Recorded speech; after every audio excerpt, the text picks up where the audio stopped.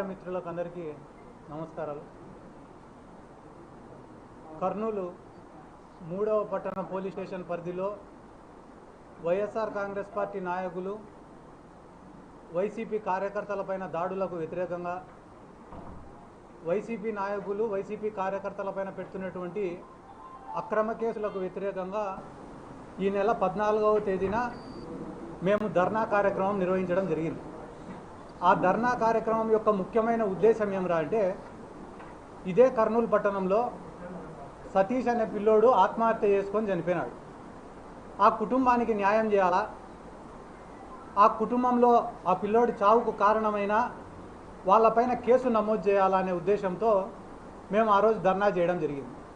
అంతేకాకుండా బాలు అనే పిల్లోడిపైన పోలీసుల వేధింపులు ఆగాల అనే ఉద్దేశంతో మేము ధర్నా చేసినాం. అంతేకాకుండా 3వ పట్టణ సిఐ గారిపైన చర్యలు తీసుకోవాలనే ఉద్దేశంతో మేము కలెక్టర్ ఆఫీస్ దగ్గర ఈ నెల 14వ తేదీన ధర్నా చేయడం జరిగింది. ప్రభుత్వాన్ని ప్రశ్నించినామని, మంత్రి గారిని ప్రశ్నించినామని గడిచిన 3 రోజులుగా తెలుగుదేశం పార్టీ వాళ్ళు, స్థానిక తెలుగుదేశం పార్టీ వాళ్ళు, ఎమ్మెల్యేలు, మంత్రులు, ఎంపీలు, లోకల్ ఉన్న రౌడీ సీటర్లు, చివరిగా నిన్న మొన్న టీజీ వెంకటేష్ గారు అందరూ కూడా రకరకాలుగా మాట్లాడినారు. వాళ్ళ మాటలకు సమాధానం చెప్పాలనే ఉద్దేశంతోనే ఈరోజు ఈ ప్రెస్ మీట్ని ఏర్పాటు చేయడం జరిగింది.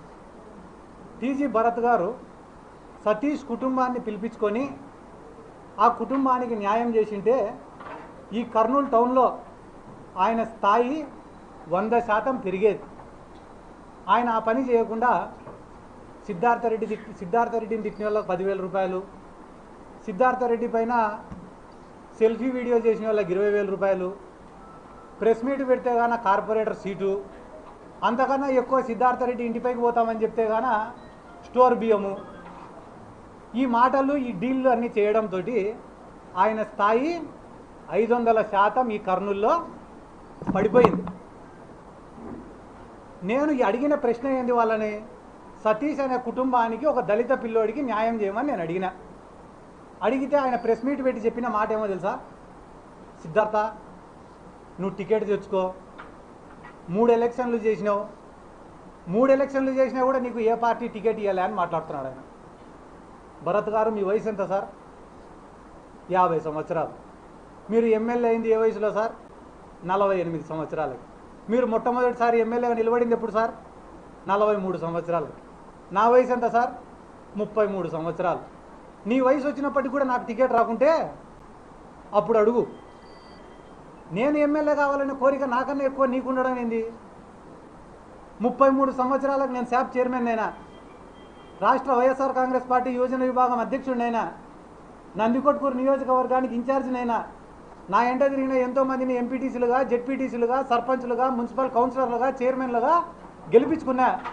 ఈ రాష్ట్రంలో ఎన్నో నియోజకవర్గాలు పార్టీ తరఫున ప్రచారానికి పోయినా, ఎన్నో ప్రెస్ మీట్లు పెట్టినా, ర్యాలీలు చేసినా, ధర్నాలు చేసినా, 33 సంవత్సరాలకే సిద్ధార్థరెడ్డి అంటే ఒక గుర్తింపు నేను తెచ్చుకున్నా. అదే 33 సంవత్సరాలకు మీరు ఉయ్యాలు ఊగుతాయినారా సార్? నేను అడిగే ప్రశ్న ఏంది?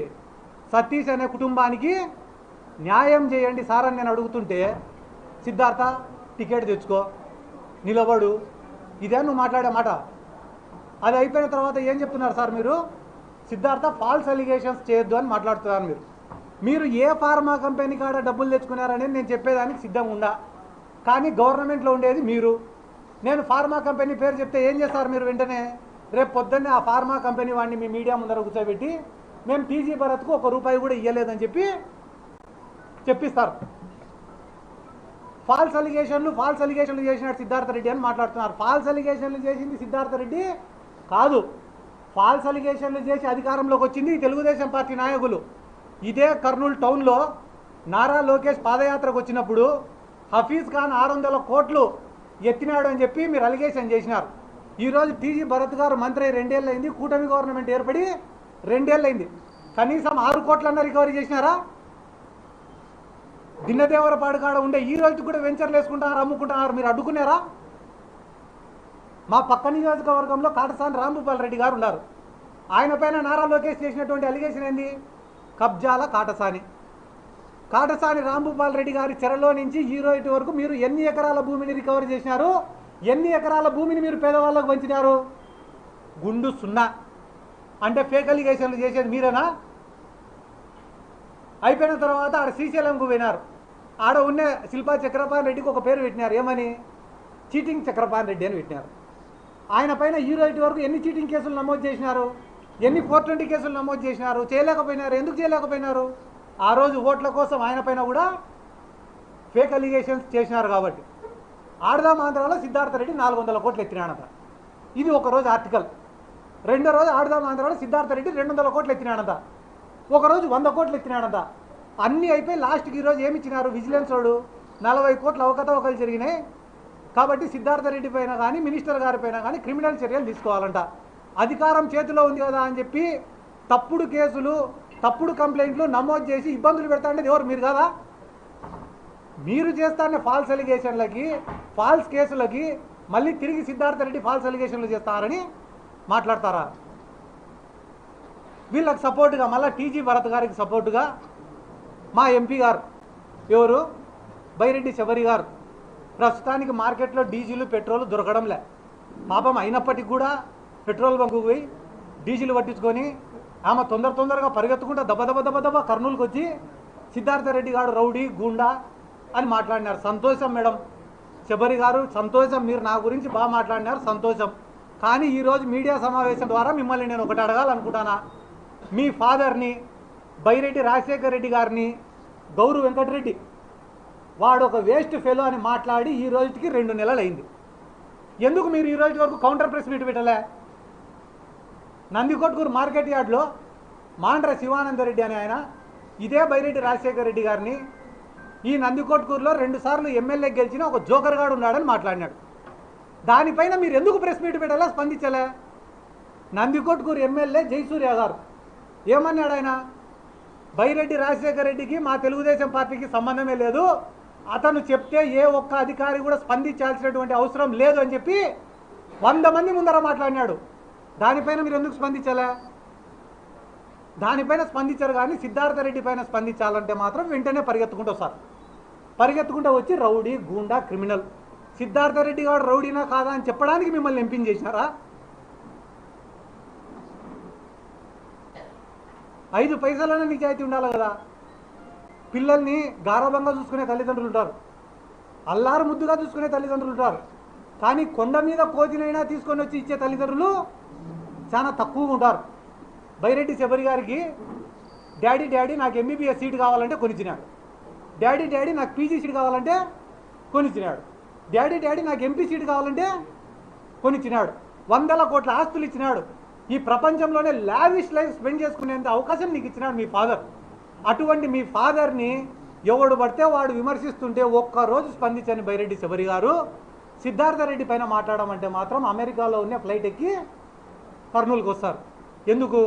ప్రతిపక్షంలో ఉండాలే, ఏం మాట్లాడినా చెల్లిపోతుంది. నేనేమన్నా మాట్లాడినా తిరిగి మాట్లాడాడులే. ఒకవేళ వాడు ఏమన్నా మాట్లాడితే నేను వెంటనే ప్రెస్ ముందు కూర్చొని మహిళను ఎవరైనా ఇలా మాట్లాడచ్చా అండి, డాక్టర్ని ఎవరైనా ఇలా మాట్లాడచ్చా అండి అని ఏడ్చి మళ్ళీ బురద అంతా వాడిపైన చల్లొచ్చని ఒక ఆలోచన. వాని ఎంట ఉండేది కిడ్నాపర్లు, గంజాయి బ్యాచ్. నా ఎంట ఉండేది సరే వాళ్ళే. నిన్న ఆమె ప్రెస్ మీట్ మాట్లాడే ముందర ఆమె వెనక నిలబడిన ఒక్కొక్కని పేరుతో సహా చెప్తా నా వల్ల లాభ పొందినాడు. ఆమె వెనక పక్క నిలబడిన చెరుకుచర్ల సుధాకర్ రెడ్డి అనేటువంటి మున్సిపల్ చైర్మన్ చేసింది సిద్ధార్థ రెడ్డి. మున్సిపల్ చైర్మన్ అయ్యేదానికి డబ్బులు ఖర్చు పెట్టుకున్నాడు, అది కూడా నష్టపోకూడదని అతని బిడ్డకు మెడికల్ సీటు ₹1 కోటి విలువ చేసే మెడికల్ సీట్ ఇప్పించింది ఇదే సిద్ధార్థ రెడ్డి. వీళ్ళు 24 గంటలు ఒకడేమో యూట్యూబ్ స్టార్ అంటాడు, ఒకడేమో ఫ్యాక్షనిస్ట్ అంటాడు, ఒకడేమో రౌడీ అంటాడు, ఒకడేమో స్టాండప్ కమిడియన్ అంటాడు. ఏంది ఇన్ని పాత్రలు పోషిస్తానన్నా నేను? ఒకడు శాప్ చైర్మన్ అంటాడు, ఒకడు యువజన విభాగం అధ్యక్షుడు అంటాడు. ఇవన్నీ అయిపోయిన తర్వాత సరే కుక్కలు మురుగుతుంటాయి, మాట్లాడకూడదు, నేను పిల్లోడికి న్యాయం చేయాలని పోరాడినా, అంతకుమించి మాట్లాడకూడదని అనుకున్నాను నేను. కానీ దురదృష్టవశాత్తు నిన్న టీజీ వెంకటేష్ గారు మాట్లాడినారు. 75 ఏళ్ళు 80 ఏళ్ళు వయసు ఉంటుంది ఆయనకి. ఎవరికి? టీజీ వెంకటేష్ గారికి. ఆయన నా పేరు ప్రస్తావించకుండా నిన్న మొన్నటి వరకు నాకు కొంచెం ఇష్టం ఉన్నింది, ఆ ఇష్టం కూడా పోయింది, ఇప్పటి నుంచి మేము కూడా ఏందో మా కథ ఏందో చూపిస్తాము. వాస్తవం చెప్పాలంటే సార్, నిజం చెప్తాను సార్, టీజీ వెంకటేష్ గారు మీరు కూడా చూస్తుంటారు, నాకు మీరంటే కూడా చాలా అభిమానము, రెస్పెక్ట్ సార్. దేశవ్యాప్తంగా ఒక పేరు, ఒక గుర్తింపు ఉన్న నాయకులు మీరు కూడా, మీరంటే కూడా నాకు చాలా రెస్పెక్ట్. కానీ ఎప్పుడైతే నిన్న మీరు మాట్లాడిన మాటలు విన్నానో మీ పైన ఉండే ఆ రెస్పెక్ట్ కూడా పోయింది సార్. మీకు ఎట్టయితే నా మీద ఇష్టం పోయిందో మీ పైన రెస్పెక్ట్ కూడా నాకు పోయింది. ఎందుకంటే మీరు మాట్లాడిన మాటలు ఎంత డబ్బులైనా పెడతా, ఎంత డబ్బునైనా వారిస్తా, మీడియానైనా కొంటా, పోలీసునైనా కొంటా, జ్యుడిషియరీనైనా కొంటా, రాజకీయ నాయకులైనా కొంటా, నా ముందు ఎవడైనా కూడా బానిసల్లాగా బతకాల్సినంత అహంకారంతో మాట్లాడినారు సార్ మీరు. మీ వయసుకు మీరు మాట్లాడే మాటలు కానే కాదు. పిల్లల మేమేమన్నా మాట్లాడుకోవచ్చు, అట్లీస్ట్ మీ కొడుకైనా మాట్లాడచ్చు, కానీ సార్ మీరు మాట్లాడే మాటలు కానే కాదు సార్. ఏమంటున్నారు సార్ మీరు? రాయలసీమలో మీసాలు తిప్పుకొని తిరిగిన వాళ్ళు కూడా నా ముందర మీసాలు దించుకున్నారంట. ఎవరో నలుగురు పేర్లు చెప్తే సార్ ఇంటా సార్ నేను కూడా. ఎవరు వాళ్ళు మీసాలు దించుకునే వాళ్ళు? బైరెడ్డి రాజశేఖర రెడ్డి, మా కాడసాని రాంభూపాలన్నా, లేకుంటే మా ఎదురూరు విష్ణన్ననా, లేకుంటే కేఈ ప్రభాకర్ గారా? ఎవరు వాళ్ళు మీసాలు దించుకునే వాళ్ళు? ఎవరు సార్? పేర్లు ఉంటాయి కదా, చెప్పచ్చు కదా పేర్లు కూడా. అంత మాట అన్నోళ్ళు నాకు తెలిసి మీ ముందర కిందికి దించుకొని మీసాలు దించుకొని ఉండేది ఒకటే ఆయన్నే, ఆయన సోమిశెట్టి వెంకటేశ్వర్లు. ఆయనకు మీసాలు లేవు. కాబట్టి ఇంతగా మీరు ఒక విమర్శను తీసుకోలేని స్థాయిలో ఉంటే ఎట్టా సార్? టీజీ భరత్ గారు ఈరోజు రాష్ట్రానికి మంత్రి సార్. ఆయన ఒక రాష్ట్రానికి మంత్రి ఏం చేస్తున్నాడో తెలుసా సార్? ఈరోజు కర్నూలులో ఆయన సోషల్ మీడియా, ఫేస్బుక్లో, ఇన్స్టాగ్రామ్లో ఆయన పైన ఎవరైనా కామెంట్లు పెడితే, ఆయన పరిపాలన పైన ఎవరైనా కామెంట్లు పెడితే వెంటనే మనుషుల్ని పంపించి తన్నియడము, ఆ మనుషుల్ని ఎత్తుకొని వచ్చి పోలీస్ స్టేషన్లలో ఐటీ కేసు పెట్టడం. ఏ స్టేషన్లో నమోదు కాలేదు. నిన్నగాక మన తాండ్రపాడు పిల్లోడిని కొట్టారు, డోన్ నియోజకవర్గానికి సంబంధించినవాడు. మొన్న కిమ్స్ హాస్పిటల్లో పనిచేసే పిల్లోడు, ఆ పిల్లోడు రారా మాట్లాడు అంటే కానీ సార్ ఆడ సార్ చిన్న ప్రాణం నన్ను చంపుతారు సార్ అట్లా. అమాయకుల్ని, పేదవాళ్ళని కొట్టే బతికేది, భయపించే బతికేది. దానాలు ధర్మాలు చేసినామంటున్నారు. ఏమంటున్నారు? దానాలు ధర్మాలు. 1000 కోట్లు ఉండేటోడు 1 కోటి రూపాయలు ఖర్చు పెట్టడం పెద్ద పని అన్న? నా జేబులో 1 కోటి రూపాయలు ఉంటే 2 కోట్లైనా ఖర్చు పెడతాను నా పక్కన ఉండేటోడిని కాపాడుకోవడం కోసం. అది గొప్పనా? ఇది గొప్పనా?